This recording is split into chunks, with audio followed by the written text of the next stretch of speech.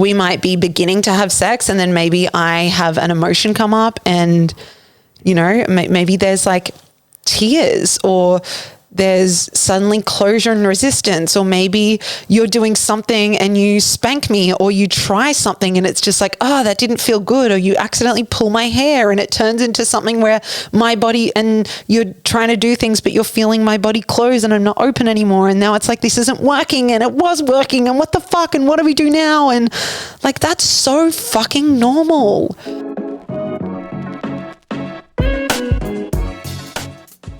Yo, lovers. Welcome to Sex, Love, and everything in between. We're the O'Neills. You're here with Meg and Jacob. And this is the place we have really uncensored conversations about sex, intimacy, and relationships. We're super excited you're here. Enjoy this episode.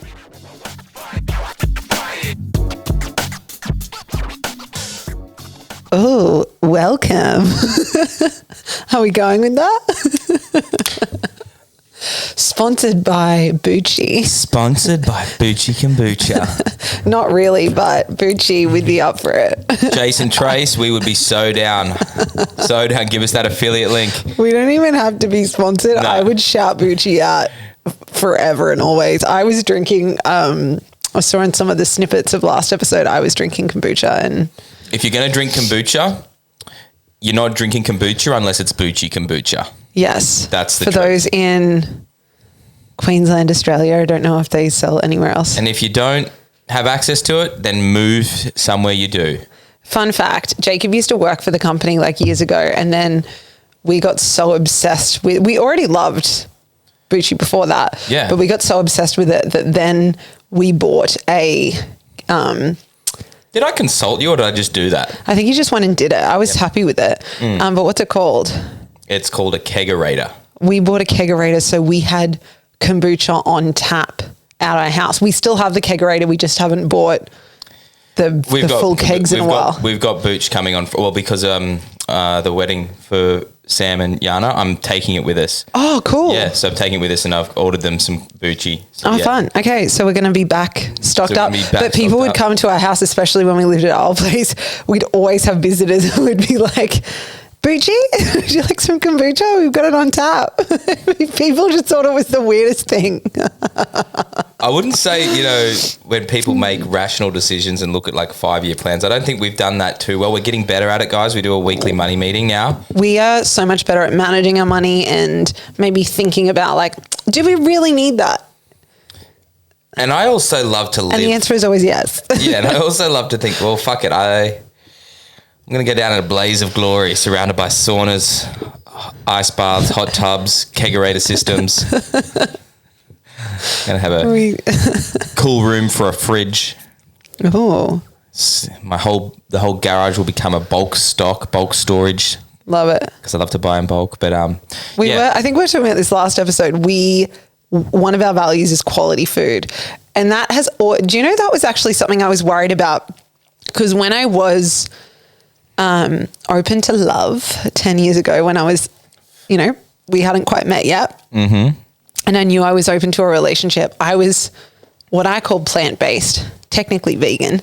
You were so vegan. I was plant-based at the time. And I always used to think, wow, like, what is that going to be like when I go on a date with someone? I almost just felt like, oh, is that going to be uncomfortable that I have to tell them I don't eat gluten and I don't eat this and I only eat organic? And like, I was just like, I used to be so much more particular about what I ate. And then I met you and you worked at my health food store. So you already knew everything I ate and you already knew. I knew what I was in for. All my weird. I think it was kind of cool to have a vegan girlfriend back then as well. I think it was kind of trendy. It's like, cool. Yeah, like she's a vegan. She doesn't eat meat. She's so. And now it's cool to have like a carnivore girlfriend that makes her own, well, not carnivore, but like loves good quality meat, makes sourdough. Is that his slow cooking brisket? Yeah. Yeah. Well, that was my pendulum swing. Yeah, you swung hard. Yeah. But definitely quality is a value that we share. Quality food. And also just quality people that like for me, I'm thinking of like, yeah, Jason Trace are just like they're They're quality people. It really sounds like they're paying us, right? Yeah, I know. Let's get back to Bucci. Jason Trace. Jason went, and I love to like quickly just, I think it's important just to see this. Like Jace was like a corporate dude. Like he was like a suit and tie. Yeah, that's cool. Had a moment with a kombucha over in America and he's like, I got to make this shit back home. This has changed my life. Came home, started making bucci, quit his job and completely changed his life. And now he lives on a farm up the sunny coast growing organic feijoas, organic ginger. Do they live up the sunny coast now? Yeah, and he literally grows all of this amazing produce so he can like do a closed loop system for his kombucha. Like he literally juices his own ginger and turmeric and then creates the most epic kombucha. Like you can't... I'm yet to experience a kombucha in Australia that's as good as this. The only one that's as good as this is when I've been to America and I've drank the one that he loves, which is GT's. Yeah.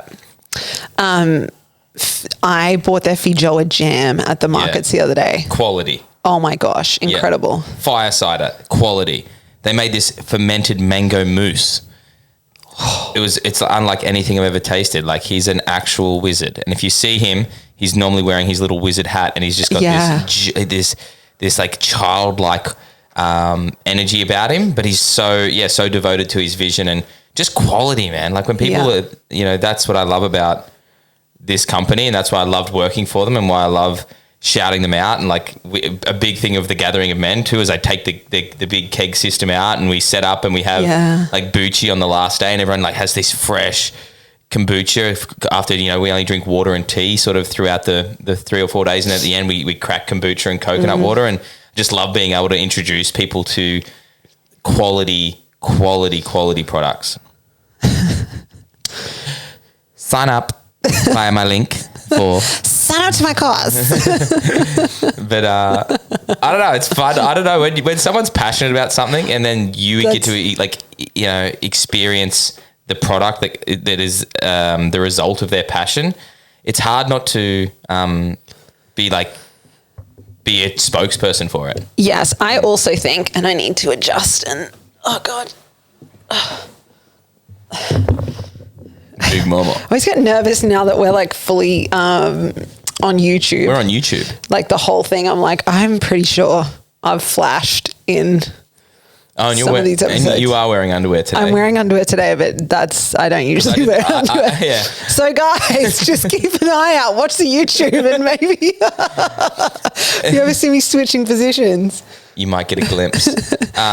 Because I did the washing earlier today. And I didn't have a lot of. I had a lot of underwear. That I hung out, I reckon, 15 pairs of underwear. So you must be down to the last. And I hung out all your swimwear bottoms as well. So I'm like, you must be down to that must be your last pair. I don't really wear, and I don't know why, but I stopped really wearing underwear during pregnancy. I don't know if it's because also. Obviously, during pregnancy, I'm not having my monthly bleed. Like, I think it is a thing that I'd be conscious of as a woman. I'd want to wear underwear in case, I started bleeding or there's just that feeling where, I don't know, I just felt more of a liberation and I was wearing like no underwear and it was amazing. I want to get back to that. Anyway, I was going to say it was something about quality products, but I think the time's passed. Let's get into our topic of the day. We're going to talk about clunky sex. Yeah, we're talking about the reality of clunky sex. Yeah, the truth of what sex can sometimes look like in long-term relationships. And I wouldn't even say long-term relationships. I would also say this is present in any kind of relating experience, any kind of sexual experience. But this really came out. We had a relationship Q&A inside Full Spectrum Woman this week, and one of the beautiful women inside asked a question around this. And, we brought a lot of our personal stories and personal experience to it. I didn't. I was quite graphic. I was very graphic. But yeah, this particular woman shared that sometimes when, we get into the bedroom and there was a conversation around when he's ready for sex, I might not be ready for sex, but also there's this experience of sometimes sex feels really clunky and he might touch me quickly and then I might ask to slow down and then you know, just this energy of it not being like, oh, we both want it, and then he throws me up against the wall, and it's just passionate, and the whole time it's just, you know, this beautiful free-flowing experience of deep passion, and we're feeling incredible and pleasure-filled the entire time. And I could feel the part of her that was like, I think we're doing something wrong, because we have those clunky moments, and we were just like, no fucking way. Like, that is a very normal part of having sex. Yes. And it's also a normal part of having sex when you start to become more aware. I think it's very easy for people to just have sex and kind of use it as this routine thing that they do. Yeah. And then there's never any depth created, and it kind of just becomes a task that you complete together to get a certain sensation. But if you start exploring a little more of your own depth or growth or healing or embodiment, then these things are going to start to reveal themselves for you guys to have the opportunity to work through. Yes, your sensitivity to the clunkiness amplifies. Correct, yes. Yes. And so really, I think this conversation, we want to normalize that, you know, the clunkiness, the grittiness, the things not always just feeling like they're unfolding perfectly and passionately, like that's okay, and that's completely normal. And I would really argue that it's a couple's ability to be with the clunkiness and not shy away from the clunkiness, and to lean into those gritty moments where things aren't going to plan. That actually is a doorway to some of the most erotic, beautiful, intimate moments you can share with your lover.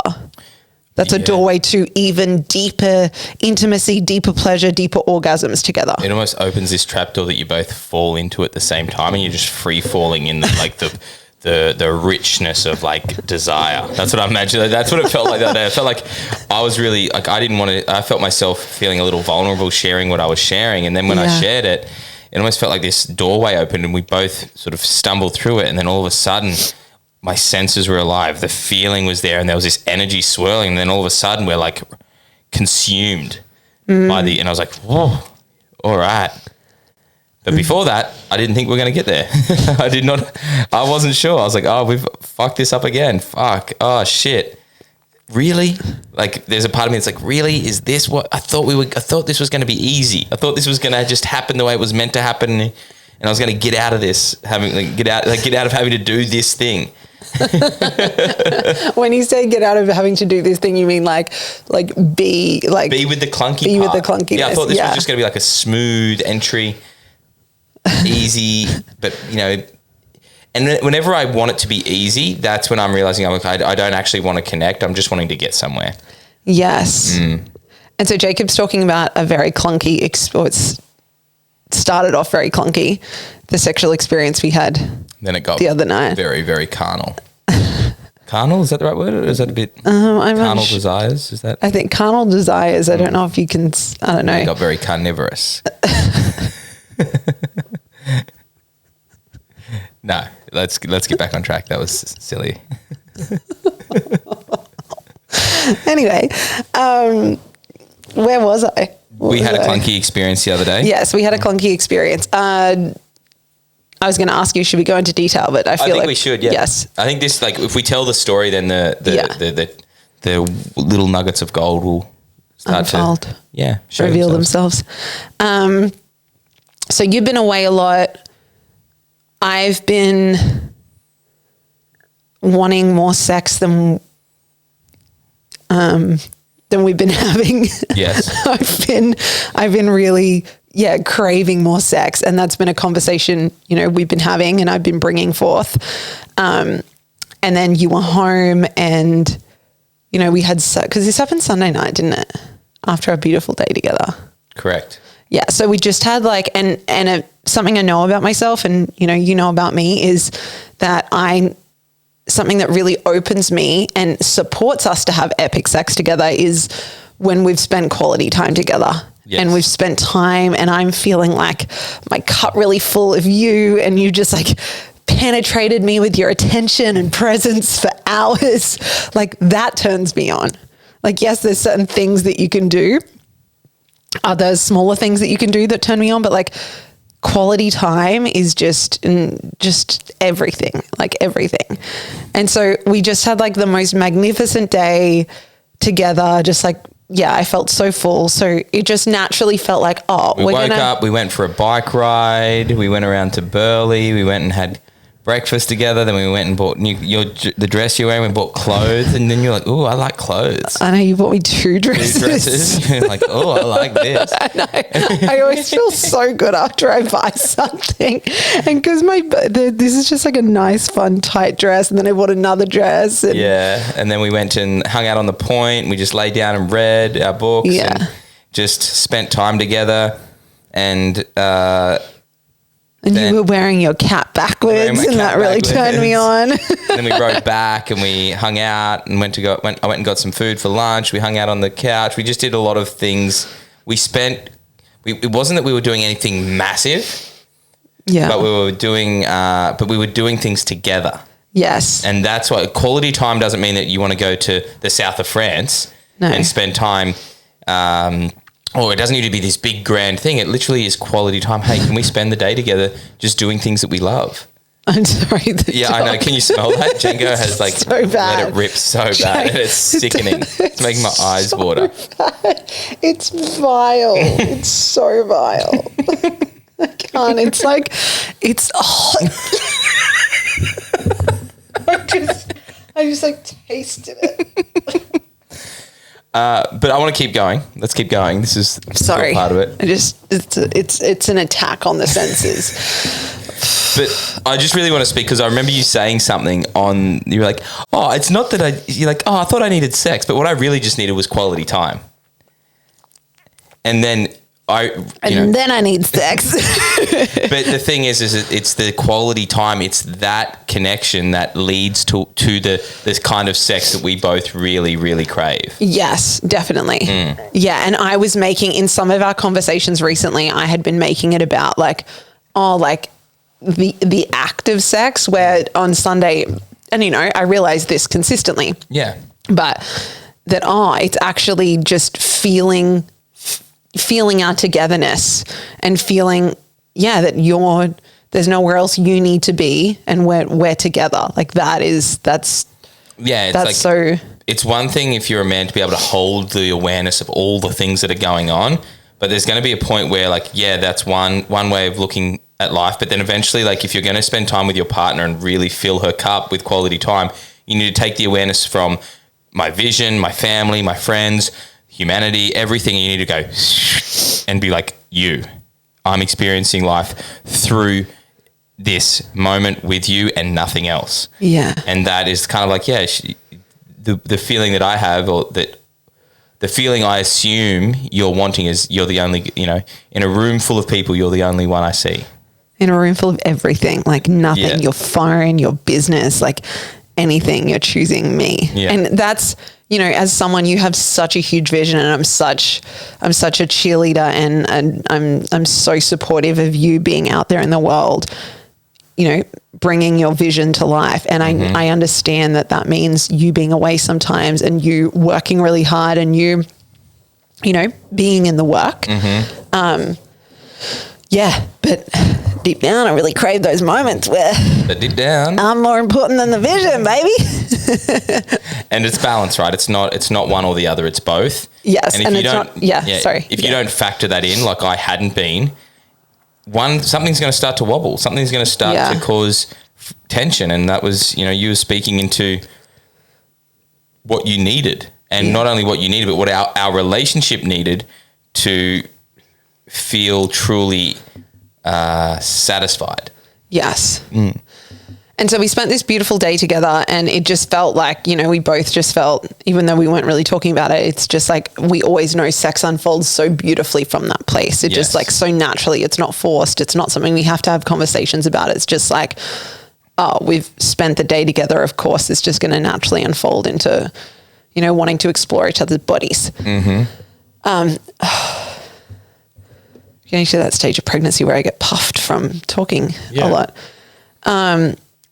And so it got to the end of the day, and yeah, we went into the bedroom, and I think did you tell me to lay down? I said, get in the bedroom and lay down. Yeah. And then you started to explore my body. And for me, I just took that as like, okay, like my job right now is just to receive. And so you were really touching me and exploring me, and I was just really practicing relaxing into that and like surrendering into that and like melting into the sensation. And then after a little while of that, do you remember exactly what happened to you? I can't remember, no. Do you know what happened? I felt a contraction. I think the contraction started like you contracted first. Did I? It's definitely your fault. Joking. But I felt you contracted, and then I think you asked if there was something going on for me, and I was like, no, is everything okay for you? And then you kind of brought to the space like, hey, I don't really feel you right now. Like I'm touching you, and almost that you felt that I was like tapping out of the experience and just wanting you to turn me on, and I wasn't a participant in that experience. Yeah, and I feel in the past there's been moments where that has played out for us as well. So that I do get quite sensitive around that, where in the past, you know, there's been like, oh, well, yeah, turn me on. And the way that I'm like, oh, like there's a part of me that's like so devoted to that. But at the same time, it's like, if I feel you relaxing and surrendering, sometimes what I can make that mean is like, oh, it looks like you're going to sleep. It looks like you're just like relaxing. Yeah. And it's just like full starfish. Yeah. And like that to me doesn't feel like, for me, I want to feel the dance of energy. Yeah. And in that, it doesn't feel like there's anything I'm like, I'm touching, but it doesn't feel like there's an awakening going on. Yeah. And so you expressed that, and then there was something you said, and I don't remember, but it hurt. There was something you'd said, and it wasn't you like trying to hurt me, but there was something that just felt like, ouch. And I think it was the piece around,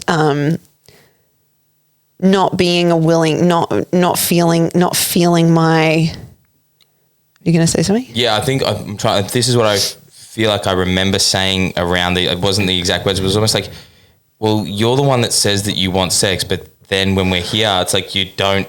I'm not getting anything from you. That was it. Yeah, it's like you have talked such a big game, and now we're here. It's like you just lay back and like you close your eyes, and like I'm literally just sitting here by myself, touching you. And then for me, I'm like, I want to like, where you know, I want. I guess, I want something. Yes. And yeah, it created a lot of clunkiness. It really did. You didn't say you talked a big game, just so everyone's clear. That was the energy behind yes, it. But you were like, hey, you've expressed this desire, and then you lie down, and it kind of just feels like I'm giving you a massage, and that it's my job. And you know, I started to cry, and I was like, hey, I just expressed like, hey, this is actually me doing like opening and doing what I feel I need to do to be able to receive pleasure. And when my eyes are closed, I am breathing, and I am focusing on your hands on my body, and I'm focusing on sensation and all these different things. And there was, whilst we were in that, this clunkiness probably lasted like 5 minutes, 10 minutes maybe. We were really in it, and I was crying, and I had this feeling internally. I don't know if I said it, but I don't think I did, but I had this feeling internally of like, fuck, like, why is this so hard? Why can't we just have sex? Like, why can't we just have sex? Yeah. Why is this, what is this? This is fucking annoying, man. I just want to, can't we just do it? Yeah. Yeah. And that felt really frustrating. And there was a part of me that was like, I don't know if this is going to work tonight. And maybe we are literally just going to end up like being like, okay, like, you know, maybe we never have sex again. I was like, fuck this. Like in my, like the story I was saying, like, God, why does it, like, I don't, like, if this is how it's going to be, I don't want to do this. Like, if this is what it, you know, takes for us to have sex. And that always is like, there's something here then. Yes. Yeah. And then, so we were in it, and really what I want to get at here is that it was gritty and it was clunky, and there was this feeling of like both of us just don't want to be in this moment anymore, and like fuck this, and this is hard, and like how do we come back from this, and how do we actually want to explore and connect and you know, fuck each other after a moment like this. Like it felt like that was never going to happen. I couldn't see how to get to that place from how I was feeling in my body and what was between us in the space. And then I remember really like being with that and making the decision, because I was kind of half lying down. And then I remember making the conscious decision of, okay, like I've heard his desire to like want to feel me more and not just want to turn me on, but like wanting me to be a real part of the experience right now. So I was like, okay, I'm going to choose this. Like I remember just like really choosing to lean in that moment. So I came and like, you know, sat on you, like my legs wrapped around your waist, and I just began to like stroke down your head and down your body, and just like really gently like stroke my fingers all around your head and neck and shoulders and down your sides. And there wasn't any words anymore. No. That for me is like, when I think we've done the erotic blueprint and they're like, like with the energetic pieces, like, that's really important to me for sex. I was like, in my head, I was like, Meg wants to have sex. Like this is leading to it. Okay, I've got to really give to her. But then in that, with the feeling of like, I can't feel her. It's like, that's actually me not, speaking into my desires. Like, hey, I want your engagement. I want to feel you activated in the experience where you're giving and receiving, and we're sharing energy. Yes. And that's exactly, it didn't need to be words. You literally came and sat on me, wrapped your legs around me, and just started touching me, and like then just having our hearts close together, having your breath on my neck. I was like, this is stimulating, this is awakening, or like this is drawing me in. Yes. And very quickly things shifted. Like very quickly you returned that touch, and we were just suddenly in this, bubble of like sensation, and that erotic energy became so alive very, very quickly. Yeah. And then it was just I know you say I always say this, but I truly that was some of the best sex I feel we've had. We were 69. And I do not, have we spoken about this on the podcast before? We have, I feel like 69 position is so fucking overrated. And I think it can be a very overstimulating position and experience. And I also really believe that I truly do love receiving. So I love using all of my energy to so deeply receive, or using all of my energy to so deeply give. Like if I'm sucking your cock, I want every cell of my body to be a part of that gift and offering to you. Yes. And if you are going down on me, I want every cell of my body, in that deep receptivity mode. So sometimes I just feel like it's challenging in 60, and we don't ever really do it. We have in the past, and then I'm like, I don't really like this. But if I am so in the energy, and it has to be such a specific energy in sex where, even the sex we had the other night, we were changing positions a lot. Yeah. And we were mixing things up, and we were taking each other to the edge and then falling back and trying out different things. And there was a real activated, alive energy in the space, which was so delicious and so beautiful. And so, 69 felt really fun. I was wanting to be overstimulated. It was give me all of it. Give me all the things, all the stimulation, all the sensation right now. Yes. Do you feel the same with 69? You know how you say you either be fully giving or fully receiving? I like to be in the mess of sex. I like the intertwined Nate. That to me is what I really like, the giving and receiving at the same time. And maybe that's actually something that I really took from that experience. And even I really want to speak into this. We have been having sex for it'll be 10 years in December or August. Yeah. So it'll be 10 years very, very soon that we have been having sex. Yeah. And to still be learning about each other in the bedroom and also still be refining and exploring and working out what feels really good 10 years later, I think is so fucking cool. And it's so important if you're in a long-term relationship, if you want to keep the passion alive, you can't just expect that you know what turns your partner on. Mm-hmm. And you've got to stop looking at your sex life or your desires or your partner as this static, unchanging thing. Even, I just want to add one more thing here. I did a Q&A on Instagram recently and someone asked the question like, hey, what do I do? I love my partner so much, but he's not the best sex of my life. Do I just kind of accept the fact that he's not? Just keep speaking. I just got to check I just noticed the camera is unplugged and I want to check and make sure it's still going. Keep going. Okay. Do I just accept the fact that he's not the best sex of my life?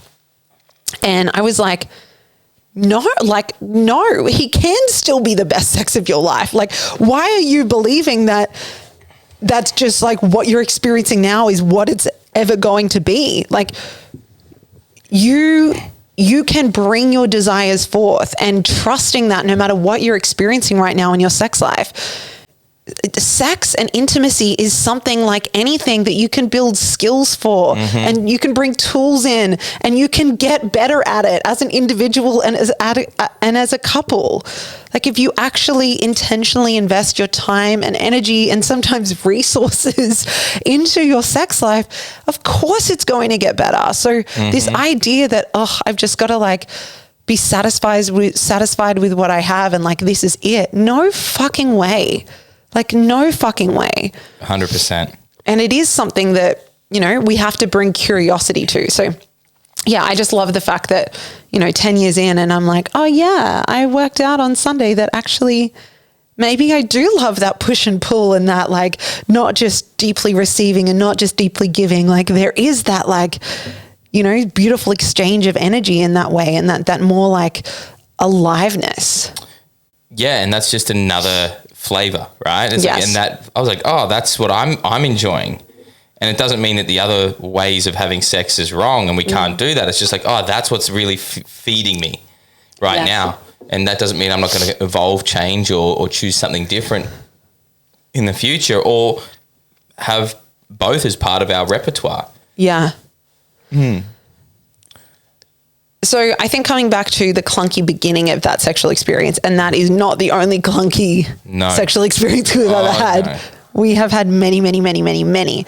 And we've spoken about them here on the podcast, like many times where we might be beginning to have sex and then maybe I have an emotion come up and, maybe there's like tears or there's suddenly closure and resistance, or maybe you're doing something and you spank me or you try something and it's just like, oh, that didn't feel good, or you accidentally pull my hair and it turns into something where my body and you're trying to do things but you're feeling my body close and I'm not open anymore, and now it's like this isn't working and it was working and what the fuck and what do we do now? And like that's so fucking normal. It's so normal. And first of all, don't make that wrong. Like when we just think that the only thing that should be allowed in a sexual experience is pleasure and passion, like we really are depriving ourselves of deeper, more expansive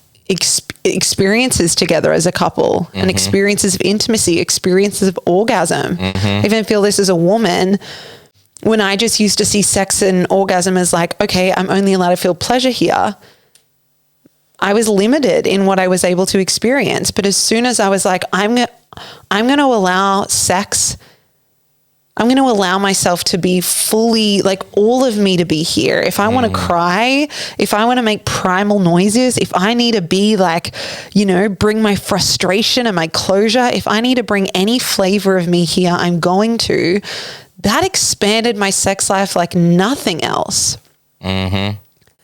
And it's the same for us as a couple. Like whatever, like what's the truth of the moment? We always say this. if something's arising, that's the truth of the moment. And you want to get to the motherfucking other side. Like the epic sex lies on the other side. Are you devoted as a couple to meeting the truth of the moment, no matter how gritty or clunky or awkward or like this wasn't part of the plan, we were having epic sex and now it feels clunky? Like, meet the truth of the moment. That's the only way through. Yeah, I just think of like David Data's book Finding God Through Sex. Yeah. And I think that like when you start to see sex, oh, be careful. See sex beyond the definition of I'm going to experience pleasure through a sensation in my body to this is going to crack me open to the infinite nature of existence. Yes. And tap and give me access to oneness in a way that I've never, ever truly experienced. Or maybe I have, but it's different because it's in this moment. And it's coming through this moment right here and this specific unique experience that I'm having with this other human. When you start to explore that, things get a whole lot fucking deeper. Yes. And that doesn't mean that sex can't be fun and fast and a little wild. You can still have that. That's still a part of it. Yeah. But also sex widens and the definition becomes so much more vast. Yes. And that can feel a little bit overwhelming if you haven't explored this realm. So once again, I think for me, it's like, can sex allow me to honor the deeper truth that is emerging here? Yeah. Deeper than what my expectations are, deeper than what my partner's expectations are. We still have needs and desires. That's cool. But what's deeper that wants to be revealed here? Yes. And Beautiful. when you honor that, sometimes it's your partner collapsing into a deep grief. And you know, we've had so many beautiful moments where I thought sex was going to be super easy. And then there's this like closure, numbness, hand on the heart, come around, hold you.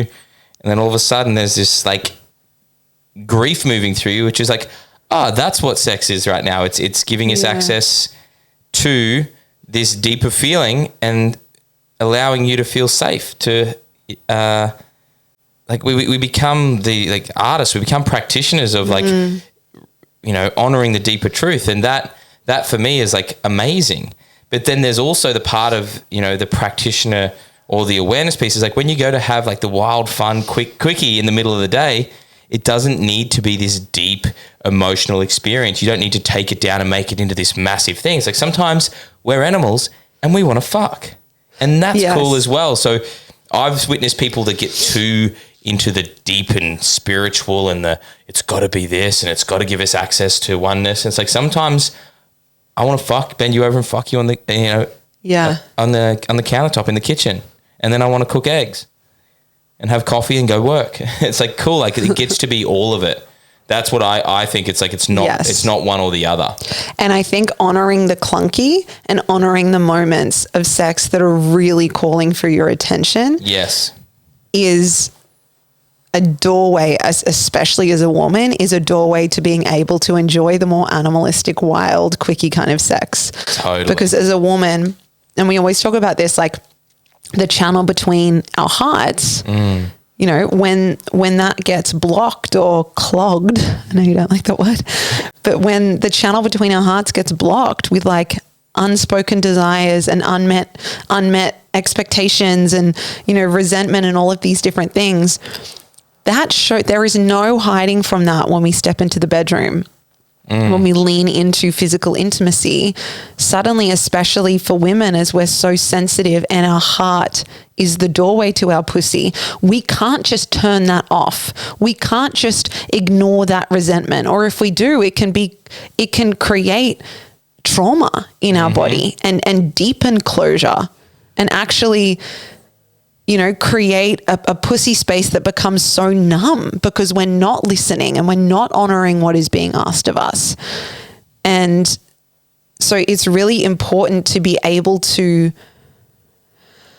you know, honor those moments that are coming up. And if it is like, there's this like, I'm feeling frustration here. and I thought I just wanted to fuck, or I thought I just wanted to have sex, and now I'm like feeling anger towards my partner, or frustration, or there is grief here, or there suddenly is this truth on my heart that I want to bring. Well, like, that's the truth of the moment. Do not try and bypass that, because you will end up having really shitty sex that feels disembodied, sex that does not lead you to feeling more deeply connected to your partner.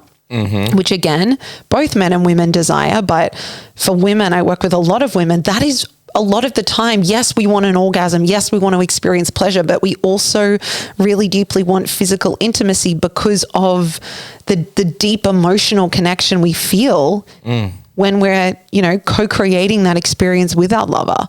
So do not bypass anything that's alive in the moment, because it will end up with you having shitty sex. Mm-hmm. And B, it will end up being a disservice to your relationship, because it's here for a reason. And the bedroom is such a vulnerable space where sometimes things arise that we don't have time, or we don't feel the presence of in our waking life. You might, outside of the bedroom, you might be back raising your children and working and doing things, and you're not as sensitive to those pieces. But when you are naked in bed with your lover and suddenly you're feeling like, disconnected or hurt or pain or resentment, whatever it is, like, that is asking to be brought into conversation, that is asking to be met, and that will liberate deeper levels of pleasure and intimacy in your sex life and in your partnership, like nothing else. Oh. From the male's perspective, I love what you just shared around, like, what, the women that you've worked with and your experience. And I really, truly believe that men can get caught up in this, like, when I come, I'm going to feel the relief. I'm going to feel the freedom. And, like, that's what I'm looking for. But the deeper truth is, like, can I actually expose myself and be vulnerable here and share a deeper truth, which unlocks freedom and allows you to relax into sex, which takes the pressure off you getting somewhere.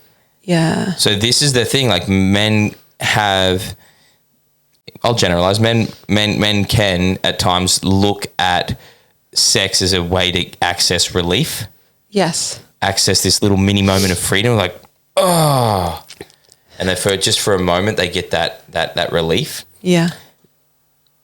What if the clunkiness was there to give you the thing that you could address so you could feel that freedom before you even started to penetrate your woman?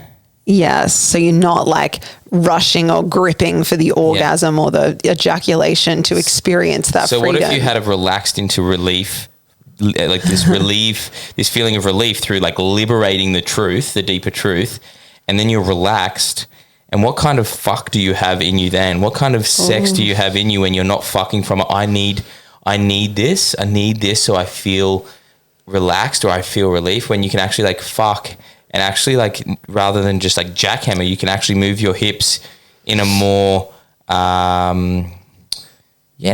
with more range. Yeah. Rather than just being, I need to get to this point because it's going to make me feel free. Yeah. I'm free. Therefore, I'm going to move in a way that is that represents freedom. And then that allows me to be more attuned to my body, which naturally allows you to attune to your partner's body as well. And that's what I feel the clunkiness allows you to bring through in your sex as a man. Yes. And if you don't address that and you just push through and your partner's like, yeah, it's okay, well, let's just grab the lid, we'll just have sex, and you come, like, I guarantee you that relief will be fucking minute You'll have a moment of relief. You might roll over and fall asleep, but there'll be something. There'll be a grating somewhere in your field, somewhere in your being that's like, I fucking bitched it. I fucking tapped out, and I chose pleasure above, like, the deeper truth. I chose I chose a sensation over the depth of truth that was wanting to come through. Yes, and, like, in my experience, that's the surface level pleasure of just coming. It's like coming with a vibrator versus coming if I'm looking at self-pleasure, like coming and feeling every ounce of the emotion that wants to be liberated through your body and circulating that and breathing and then like cracking open into the depth of orgasm that ripples out through your entire system. That might take 45 minutes, that might take longer. And you know, you can use a vibrator and come in 2 minutes. Like that experience, like surface level pleasure versus the depth of like true with like I would say with like a capital T pleasure. Oh, capital T pleasure. And if we're just looking for like the quick way out in sex or in, you know, masturbation and self-pleasure, we're not actually ever going to be deepening into our true pleasure potential, our true orgasmic potential, but also our true intimacy potential, like the depth in which we're here to go and relate with our partner at. And that, I was just going to say, it's so easy to ignore the clunky moments. It's so easy to just go like, oh, that was gritty or uncomfortable. Let's just like fuck through this. Let's just ignore that. Or let's just disconnect and roll over and go to sleep. But like we shared in that experience, we made the decision to, this is gritty, this is clunky, this feels uncomfortable. This part of us wants to just turn away and be like, fuck this is hard. And yet we chose to stay in the experience and open through that, open through the closure, open through the clunkiness, to not take things personally, like yes, to hear each other and yes, to be able to express freely, but to not be like, fuck you for thinking I was just being a starfish. Like I was like, okay, I can hear you. I'm going to be with that. And now I care about our intimacy more than making you feel wrong right now. I'm more devoted to being connected to you in this moment. So what do I do if I'm devoted to intimacy connection? I stay open, or I do my best to open the fuck back up. I make the space between our bodies smaller. I touch you, I reach out. You know, that's everything. I was talking about this with the women inside The Art of Loving a Man this week, that like, it's sometimes in those moments where there's such closure in our partnership and, you know, there's such tension or blocks in the channel between our hearts.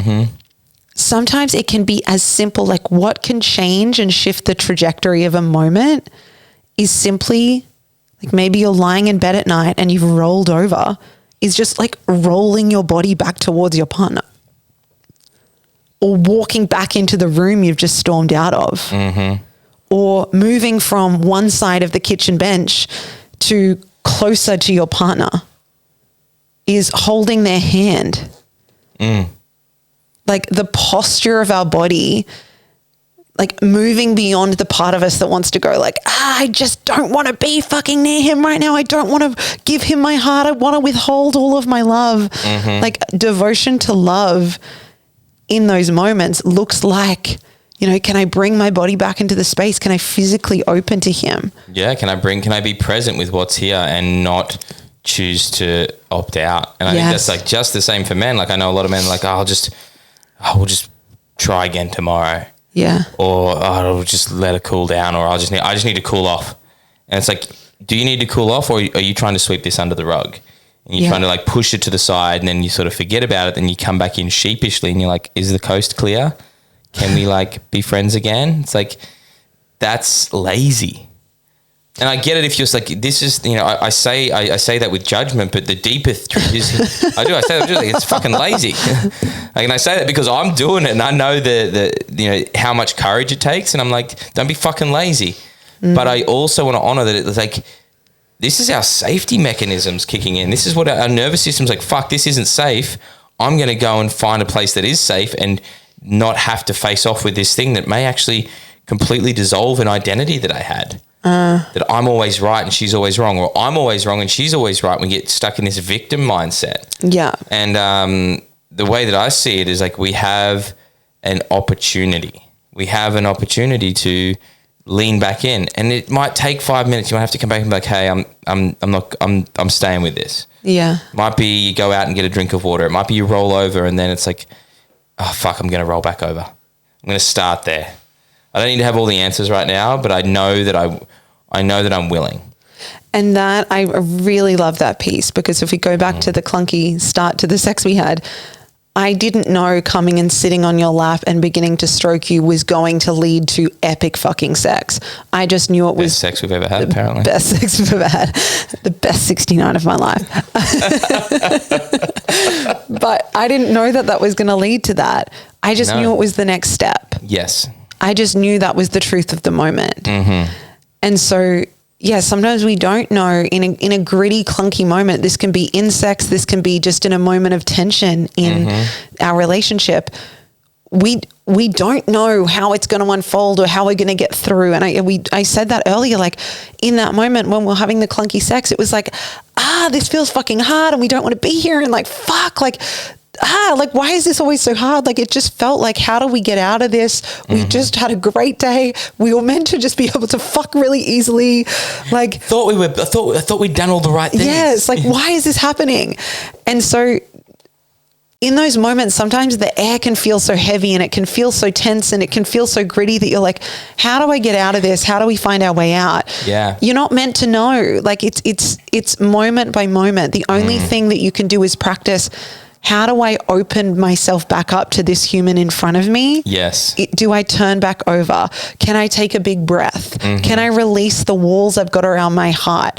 Can I opt out of trying to win in this moment and make him or her feel wrong? Like all of these micro decisions slowly open the moment back up. And when we're devoted to opening the moment back up, suddenly so much becomes possible. So much becomes possible. Yes. The sex that felt like, this is not going to be possible tonight. We're going to go to bed angry. Suddenly we're having the best sex of our life. Amazing. Like so much becomes possible when we're devoted to keeping our hearts open and staying and holding and being there together in that moment. Totally. I feel like we could complete the episode there. I do. There was one thing that I wanted to say, and I was wondering. I want to tie this up. I'm not going to open this because this will be a can of worms if you get your teeth stuck into this. But there is this societal belief that sex is just this separate thing to everything else in your relationship. It's like, we're going to have sex, then everything outside of sex is completely irrelevant. So sex is this like little compartmentalized thing, like, cool. Doesn't matter what's happened outside of it, but we should be able to just step into the bedroom and have sex. Sex, like you say, foreplay begins the moment sex ends. I love that. Like sex is a texture. Eros is the thing that moves us. Like it's our life force. It's our energy. It's how we move and relate with the world. So when we start to look at sex as this separate little thing or separate compartmentalized thing, we're not allowing it to actually be this beautiful living, breathing experience that happens through us and our relationship at all times. Yes. And also the second part to this is that society gives us these movies and this whole industry called porn that really bastardizes what sex can be. And I'm not saying that, some of the beautiful scenes on some of these movies is hot and heavy, but they aren't a true representation of what sex is. Porn is not a true representation of what sex is. And I've watched a lot of porn in my life. I've been and watched a lot of it throughout my teens and my 20s.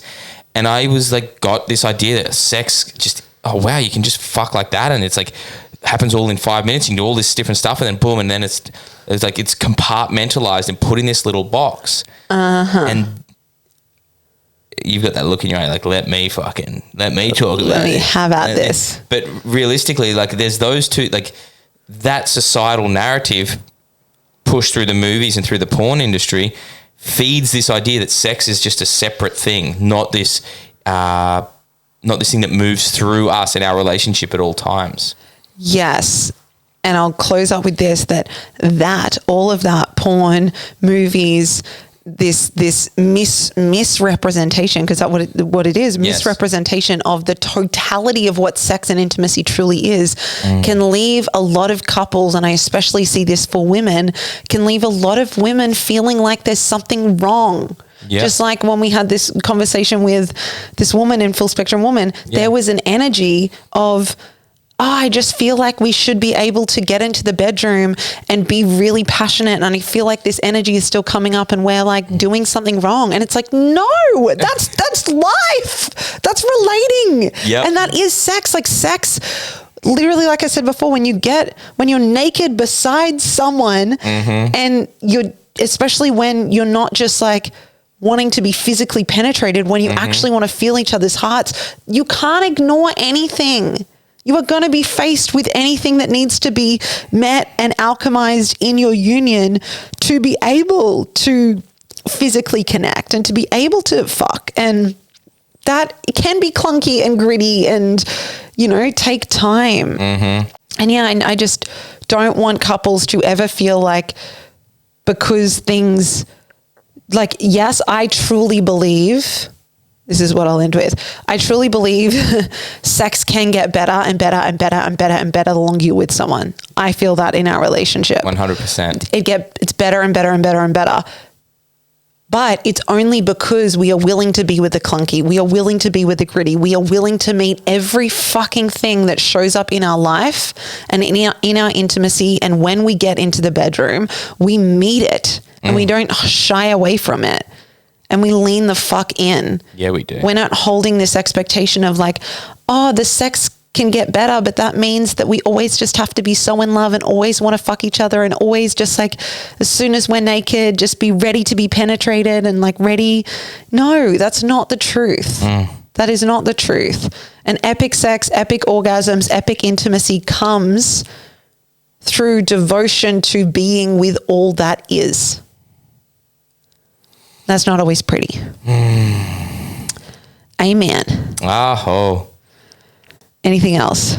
No, I think this is a really, really important conversation, and I'm really glad that, I love that we have stories that make this real. I think it's one thing to talk about all this sort of stuff, but I want you guys to know that we're not doing this just for research either. Like, this is our lived experience of like deepening through sex and finding the oneness, finding the pleasure through this, not bypassing it or disengaging. Like, it really is like, I don't know, there's a devotional aspect to a relationship when you are with the clunkiness. It's like, hey, I don't know how this is going to work out, but I reckon we got this. And you've got like, there's a level of belief, like, you really got to believe in the love that you and your partner share, and like really start to believe in yourself and what you guys can truly create. That's what I always come back to. I'm like, this is fucking Meg O'Neill. This is my wife. This is the woman that stood by me and has loved me through all of the hardest fucking shit I've ever had to fucking share and be with. Like, of course, a little bit of clunkiness before. Of course she's going to stick with me through this. Of course this is going to be okay. Of course we got this. All right, take a deep breath and let's go. Like, you'd be surprised how amazing it is when you actually believe in your capacity to be with the clunkiness and the uncertainty that comes with finding your way through deeper sexual experiences. Yes. Don't wish your partnership or your intimacy had less clunkiness. Wish for the capacity and the power to move through the clunkiness. Yes. To navigate the clunkiness, because the clunkiness will never go anywhere. That's it. Yeah. Yeah. And through it, you create deeper awareness and you gather incredible data and you learn how to not only love each other better, but receive love better. Yes. Which is definitely my journey. So thanks so much, my love. Love for you. the clunkiness and the craziness. Shout and out the 69. Yeah, I'm gonna try more of that. Well, I've put on Instagram stories before, and majority of people agree with me. Yeah, I don't. I'm a 69 guy from way back. Okay, let's do more. I think for me, and I'm realizing through this conversation, it's more the the context of 69, and it can't be early in the sexual experience. It has to be like well and truly in, and I have to be like, yeah. And I also, it can't be in a sexual experience where I just want to be dominated and I just want to like, you know, because there's a truth. I love it. Happens when it happens. That's true. You can't plan a really solid 69. It can't be planned. You can't plan a 69. That's it. Is there any sexual positions you can plan? Nah, I don't think it is. Oh, I feel like we've got a few go-tos, but a 69, that's one of those ones that just, it needs to arrive out of nowhere, and all of a sudden you're like, whoa, we're 69, and whoa, this is happening. It's happening. Whoa. Let's go. And I hate this. Let's stop. Oh, yeah. I'd love to. I'm excited to feel like when we become parents, if our sex has to become more structured because of having a child. Not more structured as in like, we're having sex, now it's time. You 30 lick seconds me. of 69. Yeah. But I mean, like, do we have to be like, okay. A little more strategic. Yes. And this hour here, okay, we'd like to, you know. Get yourself warmed up. Do a few stretches, because that hour, we are having sex. And if we've got clunkiness to get through, we need to get through it. Yeah. Okay. We love you. Bless our beautiful humans. We'll Thank you see so you next much. week. We'll talk to you soon. Thanks to our unofficial sponsors. Thank you to our unofficial sponsors. Bucci, the greatest kombucha ever made. Love you all. Bless up, bless up. Big love.